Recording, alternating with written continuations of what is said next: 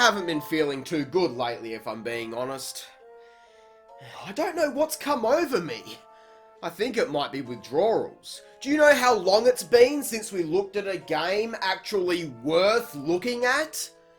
It's been 5 months! So, we need to rectify this problem with a good series of games. Something I haven't played before. A lot of you guys have requested over the years that I take a look at Croc Legend of the Gobbos, so I think it's finally time we take a look at this Croc.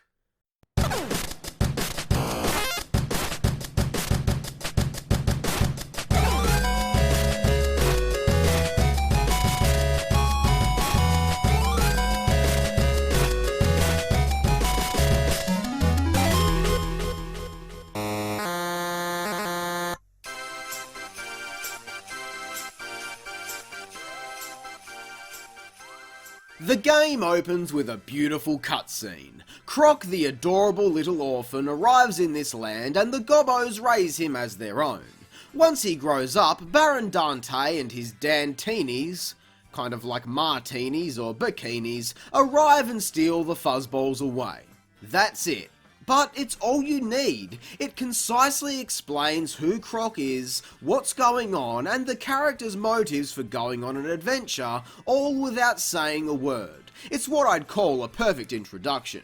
The object of the game is to travel through 4 different lands, each with 6 levels and 2 boss fights, to rescue all of the Gobbos in each stage. Most of the time, this requires completing simple puzzles or finding keys to unlock cages, but they can also be found just hanging out. The first thing that gets my attention, though, is the controls. I'm not ashamed to admit, I'm a man who prefers a D-pad to analog control when it comes to games like this. But no matter which method I use, these are some of the most sluggish driving controls I've ever seen. And yes, I said driving controls, because manoeuvring Croc requires indicating, wide turns, and the analog control unlocks goddamn power steering. Driving stick gives Croc more fluent movement and the use of the right stick for camera control, but I find he's a lot more finicky and hard to deal with on smaller platforms. While using the D-pad is much stiffer, you can pivot on the spot to help line your jumps up better and catch yourself after a tricky jump. I think the worst thing about it is that because the earlier levels give you so much space, you don't really have to think about it until the game hits you halfway through with heavier amounts of platforming challenge. Scattered throughout the levels are these crystals, which earn you an extra life at 100, as well as acting as an extra hit point, much like in Sonic. What really peeves me though is that in Sonic, you theoretically have the chance to recollect every single ring you dropped, but not in Croc. You could have 99 crystals and only get the chance to pick up 10, which is easier said than done since they disappear within seconds. But there are also 5 coloured gems in each level. Picking these up opens a door at the end and allows you to collect a hidden Gobbo. Shits me though, because these coloured crystals aren't obvious. You'll think you're picking up a regular crystal only for it to transform into a coloured one. So that means you have to go out of your way to collect every single one of these things if you want to clean sweep a stage. I don't know why they did that, because after knowing it's a waste of time trying to collect these crystals for lives, when the tiniest mistake loses all of my progress, naturally, I'm not in the mood to go out of my way on the chance of a required item. I understand that they want to hide these items off of the main path, but so many of them are on the main path anyway, and even still, why can't they just be shown as coloured gems? Imagine picking up a standard gem in Crash only for it to transform into a coloured gem. Fucking why? The levels in this game are about as linear as you can get. Even in the more maze-like locations, you'll still pass by every section on your way to the end goal. Like I mentioned before, they start off much more open and then turn into more platforming and puzzle solving as you work through the game. I feel like they start off a little too simple, but once the structure and challenge started getting more involved, I found myself enjoying them a lot more. With only 4 themes, they all look and sound the part and actually remind me of the original Crash Bandicoot, starting off bright and colourful, then transitioning into darker caverns and ending in a castle. I like how one minute you can be roaming a certain area and all of a sudden you've transitioned into an underground cave. But unfortunately, the loading screens really kill the flow.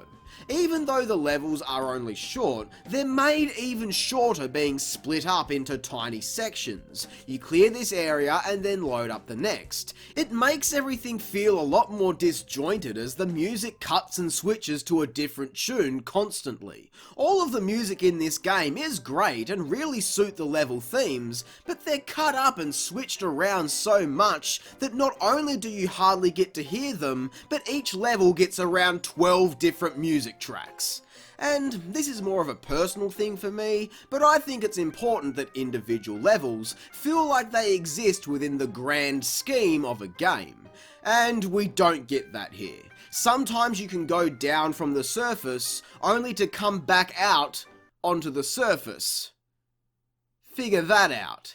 Even though it's only a few seconds to load each area, the frequency of it makes every level feel like 20 minutes of hard work until you realise that a clean sweep was only 5 minutes. It really drags on for me. Not to mention, if you slip right at the end because of some bullshit and happen to be on your last life because you gave up trying to save crystals hours ago, that you then have to repeat the entire level again through some very tedious gameplay, waiting for platforms, backtracking, and double checking you collected every single crystal, it's just not enjoyable to play in the long run. I'm well aware breaking each area up into shorter segments is a technique to save on resources. The levels are expansive enough that they can't be loaded all at once, I get that. But for 1997, smack bang in the middle of this platformer collectathon boom period, when every other game was exploring outside the boundaries of their respective systems' limitations and breaking them to pull off some of the greatest video games of all time, Croc, in a simple term, just feels out of date. I think it's time to mention that Croc was originally pitched to Nintendo as a 3D Yoshi game, but was ultimately turned down. That explains why everything is all cutesy and kid-friendly in a time when attitude was a big seller. As the story goes, however, seeing the game influenced Nintendo when it came to creating Super Mario 64. A game like this pre-Mario 64 is a really big deal. But following Mario 64 and the likes of Crash and whatever else is the reason Croc feels so out of date.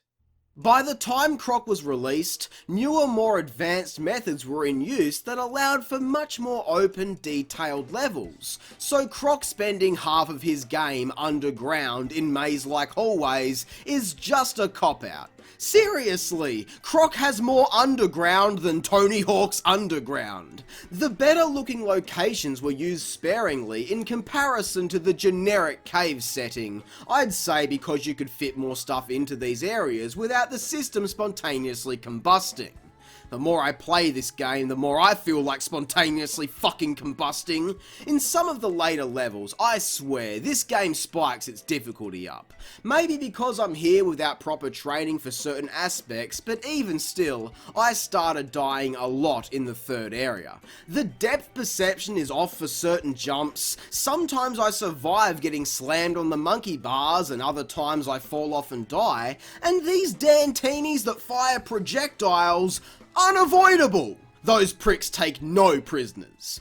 But then the bosses are some of the most pathetic, pushover pansies I've ever seen. Look at these guys. Do they incite fear? Have you shit your pants yet? They look slow in the head. Hello? Anybody way home? These guys make Toasty, Shemp, Blowhard and the rest of Spyro's bosses look like absolute gods in comparison. Okay, that's a bit of an exaggeration. But at least those characters are somewhat memorable. Much like Spyro, we have something of a level before the fight, but every single battle is just avoid, strike, avoid, strike, avoid, and strike. Done. There isn't even anything all that creative or interesting done with them. Dante transforms some harmless kid into this pest, so Croc just comes along and springs sticks of dynamite at him. Pretty fucked up when you think about it. The only other boss of note is the underwater one. Kind of uncommon to find an underwater boss in games, especially in the fucking desert-themed area, that's for sure. While we're on that topic, the swimming in this game is a rare occurrence and controls kind of awkwardly, but I've still played worse underwater levels. Tell me though, if Croc can swim, then why does he die from dipping his toes in water? Seriously, what kind of inconsistent logic is that? Water sometimes kills you and sometimes doesn't. Sometimes I fall off the monkey bars and other times I'm fine. Some crystals appear normal when they really aren't. It's all over the show. What happened here? However, I will give the game some credit. There are no vehicle levels here. Every level is platforming, the main attraction, which is an accolade this game can hold over many, many others. But then out of nowhere, we have this super short puzzle gauntlet with mini-games, exploding tomato ghosts and challenges so quick, it's almost impossible to react in time. Then the final level is just an endurance of these flipping platforms. No enemies, no collectibles aside from the coloured crystals, just waiting and waiting and... FUCK! I hate this shit! There are like 5 different patterns happening at once. How am I supposed to do this with these unreliable controls? Honestly, I'm fed up with the game at this point. These last stages are some of the most frustrating, not because they're technically challenging, but because it's a challenge to make jumps and stay on platforms. Every jump is done sideways because turning sometimes isn't an option, and I'm constantly safety jumping just trying not to fall off. Does this look fun to you? After all of this, we make it to Dante. Everything is pretty simple here until bang! You're dead. Start again. These lightning blasts are so quick, you've only got a few frames before you're fucked. I actually switched over to the analog stick at the very end here. The more fluent movement and what I think is slightly faster pace actually made it so much easier, making it that much more anticlimactic in the process. No fanfare or much of a celebration, you just get to win. But that's not all. Collecting all of the Gobbos in each land opens up 2 new secret stages, so 8 in total. There isn't much to do here aside from get to the end and collect a Jiggy. After completing all of these, like I did right here, because I like to be thorough, unlocks the 5th and final island. Wow, this is disappointing. Makes me glad I cheated, honestly. There are only 4 levels here, each one taking a theme we've already seen, and blatantly using a mishmash of different sections we've already played. Seriously, it's just copy, paste, nothing new, with no goal other than making it to the end of each level. That'll do for a grand reward, who cares? Passing this grants you the final true boss, the Secret Sentinel, who is fucking easy. Just bang on the gongs and you're done. For everything that I've done to get here, it's a seriously underwhelming feeling, seeing that after hours of hard work. Looking back over it, this game started off with some potential and got enjoyable, but then nosedived off the deep end once the flaws became more apparent. In the good column, the levels, despite being split up, are themed nicely with some cartoony visuals and great music. None of those levels were wasted on pointless vehicles, and there are a lot of memorable sections here, both for good and bad. I don't think the controls are the worst thing, but they're still unacceptable, definitely out of date, along with the methods of loading the levels. Both of those things combined make the experience a slog to get through, and with no real payoff, story or collectible wise, I wouldn't call it bad, but I wouldn't call it good either. Croc, Legend of the Gobbos, gets 5 out of 10.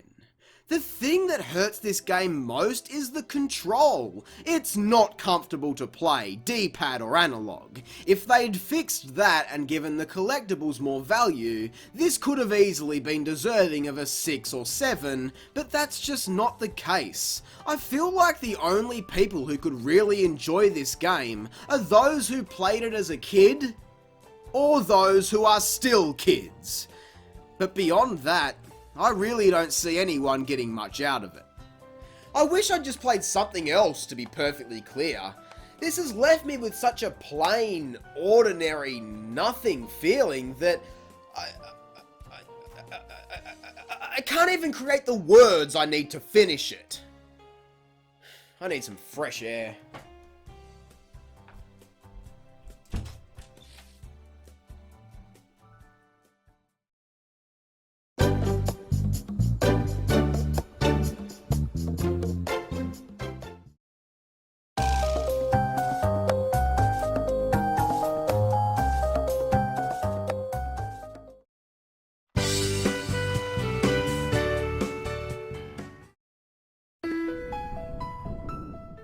Oh, come on! This is ridiculous!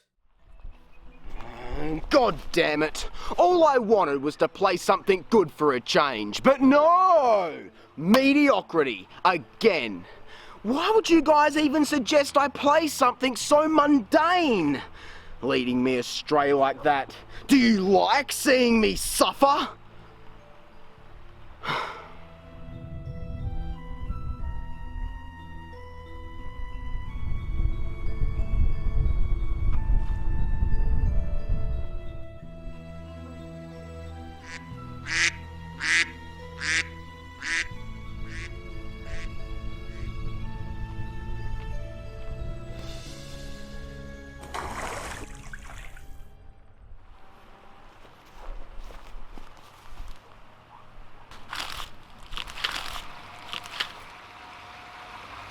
Hello?